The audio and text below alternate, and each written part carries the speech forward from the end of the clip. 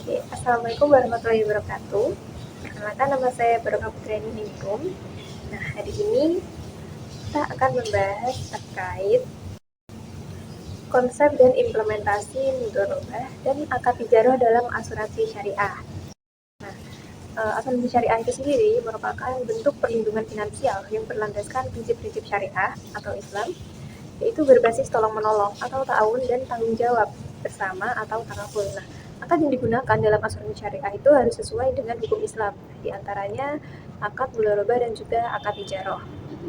Oke, lanjut, yang pertama adalah konsep dasar dari asuransi syariah itu sendiri, yaitu menyediakan perlindungan dengan prinsip tolong-menolong dan menghindari unsur riba, gharar, dan juga maisir.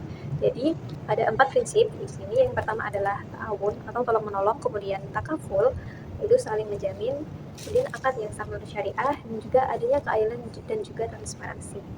Nah, konsep dari akad mudharabah dalam asuransi syariah itu sendiri, akad mudharabah sering disebut sebagai akad kerjasama antara dua pihak, yaitu ada pihak sohibul mal atau pemilik dana, yang mana di sini adalah peserta asuransi, yang kemudian yang kedua adalah mudharib atau pengelola dana. Di sini sebagai mudharib itu adalah perusahaan asuransi. Sohibul mal itu memberikan dana dan mudharib pengelola dana untuk tujuan investasi halal dengan pembagian keuntungan yang sesuai dengan nisbah yang disepakati, serta kerugian ditanggung oleh pemilik dana, kecuali kalau ada kelalaian dari pihak mudharib, maka kerugian ditanggung oleh mudharib. Nah, akad mudharabah itu sendiri dibagi menjadi dua, yaitu yang pertama mudharabah mutlaqah, yaitu tanpa adanya batasan spesifik dari peserta. Kemudian yang kedua adalah mudharabah muqayyadah, yaitu dengan adanya batasan atau adanya syarat khusus dari peserta. Kemudian selanjutnya adalah implementasi di dalam asuransi syariah. Dana kontribusi peserta itu dibagi menjadi dua, yaitu ada dana tabaru, yaitu untuk tolong-menolong. Kemudian dana investasi itu dikelola dengan akad mudharabah. Jadi perusahaan asuransi sebagai mudharib itu mengelola dana investasi untuk memperoleh keuntungan. Nah, keuntungan itu nantinya akan dibagi sesuai dengan nisbah antara peserta. Oke, jadi kerugian investasi itu akan ditanggung oleh peserta atau sohibul mal. Jadi keuntungan itu dibagi sesuai dengan nisbah antara peserta dan juga perusahaan. Misalkan 60 dibanding 40. Nah, kerugian investasi itu nanti ditanggung oleh peserta atau sohibul mal, kecuali ada kelalaian dari mudharib itu sendiri. Contoh dari pembagian keuntungan ini, misalkan jika dana investasi menghasilkan 60 juta, maka peserta atau sohibul mal akan mendapatkan 60 juta dan juga perusahaan atau mudharib akan mendapatkan 40 juta. Kemudian konsep dari akad tijarah dalam asuransi syariah.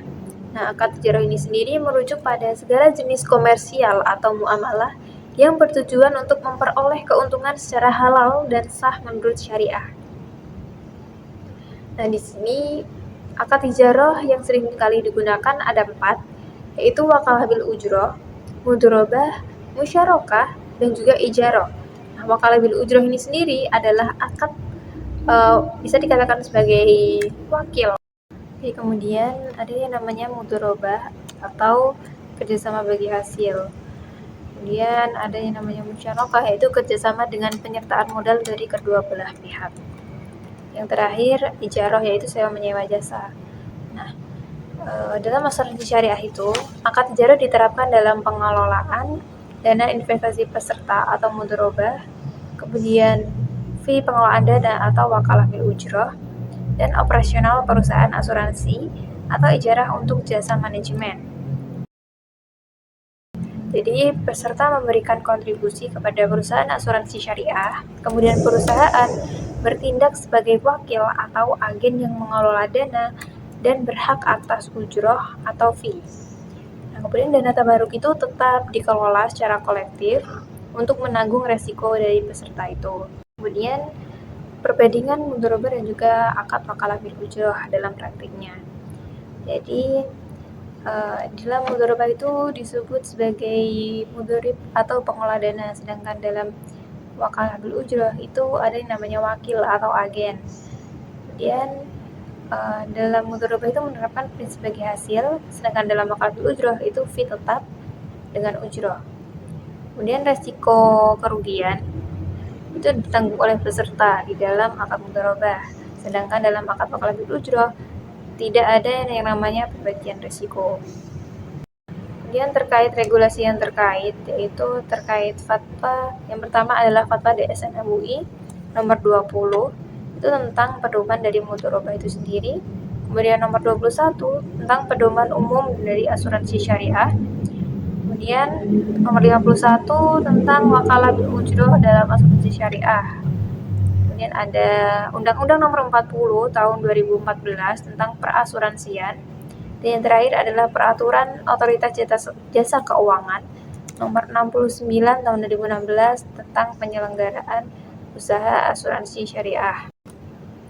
Dan jadi contoh misalnya seorang peserta itu ikut asuransi jiwa syariah dengan kontribusi 10 juta per tahun, maka 8 juta itu masuk ke dana tabaruk atau untuk hibah sama peserta. Kemudian yang 2 juta dikelola oleh perusahaan untuk investasi dengan akad mudharabah. Kemudian yang selanjutnya adalah keuntungan dari investasi ini, misalkan adalah 1 juta, maka sesuai dengan nisbah, yaitu 60/40 tadi, peserta menerima 600.000, kemudian perusahaan menerima 400.000. Nah, tentunya ini tidak terlepas dari kelebihan dan juga tantangan. Salah satu kelebihan dari asuransi syariah ini adalah kesesuaian dengan prinsip syariah, kemudian adanya transparansi dalam pengelolaan dana, serta memiliki sistem yang saling membantu antar peserta. Kemudian tantangannya adalah masih kurangnya edukasi peserta, kemudian kurangnya pemahaman peserta asuransi terkait berbagai jenis akad dalam asuransi syariah, dan juga kurangnya monitoring investasi agar tetap manajemen syariah. Maka dapat disimpulkan bahwa akad mudharabah dan juga akad ijarah itu merupakan instrumen yang penting dalam menjalankan asuransi syariah secara sah dan juga produktif. Dan implementasi dari kedua akad ini harus berdasarkan pada prinsip keadilan, transparansi, dan juga kehalalan. Dan kombinasi akad tabaruk, mudharabah, dan juga wakalah bil ujrah menjadi model dominan dalam asuransi syariah kontemporer. Ya, mungkin cukup sekian dari saya. Assalamualaikum warahmatullahi wabarakatuh.